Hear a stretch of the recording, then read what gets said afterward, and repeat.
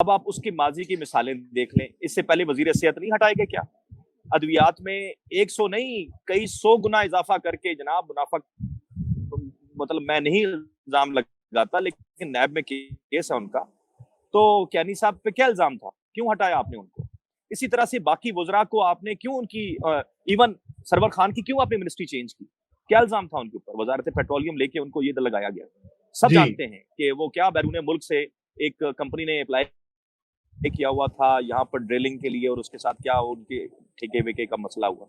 تو آپ اس بنیاد پہ نہیں ہٹا رہے ہیں، اس بنیاد پہ وہ بات نہیں کر رہے ہیں کہ ایگزیکٹلی کیا آپ کی جو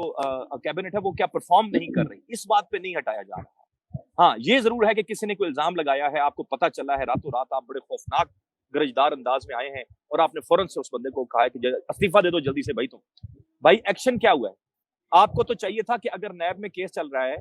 مرزا صاحب کا، تو آپ اسی طرح جیسے میر شکیل الرحمان کو آپ نے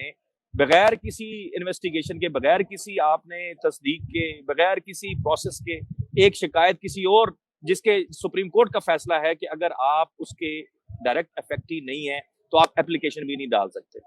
آپ ڈالیں گے تو آپ کو جسٹیفائی کرنا پڑے گا۔ ایک بندہ جس کا کوئی اسٹیک ہی نہیں تھا اس کی درخواست کے اوپر آپ نے اس کو بند کر دیا ہے، تو آپ نے یہ کیوں نہیں کیا